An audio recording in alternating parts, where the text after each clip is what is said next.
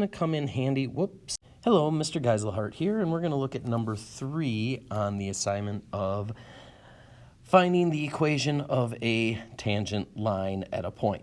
So again, I have to start with the limit of finding my slope. So the limit as x approaches negative 4 of f of x, so that's just negative 4x squared plus 8, minus, and then I have to do negative 4, instead of x, I'm going to put in negative 4. I know this is a little confusing because there's a lot of negative 4's in here, but just follow along and make sure that when you're doing this, you put these in the right place.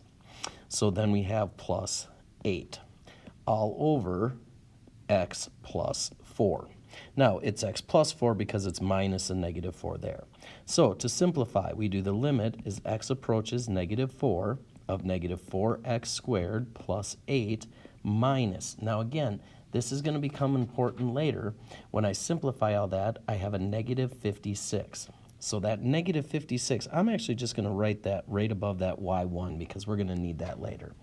All of that over x plus 4. So let's continue to simplify. The limit as x approaches negative 4. If I add the opposite here, I end up with negative 4x squared plus 64 over x plus 4. So again, if I try and put negative 4 in place of x, I end up with 0 on the bottom, so that's not going to work. So I'm going to factor out a negative 4. So the limit as x approaches negative 4 of negative 4, if I factor that out, it's x squared minus 16 over x plus 4. Well, I still don't have anything to cancel out, so I'm going to have to factor more. So I do the limit as x approaches negative 4 of negative 4 times x plus 4 and x minus 4, all of that over x plus 4. Now I have something that can cancel out. I can cancel out my x plus 4's, and I'm left with the limit as x approaches negative 4 of negative 4 times x minus 4.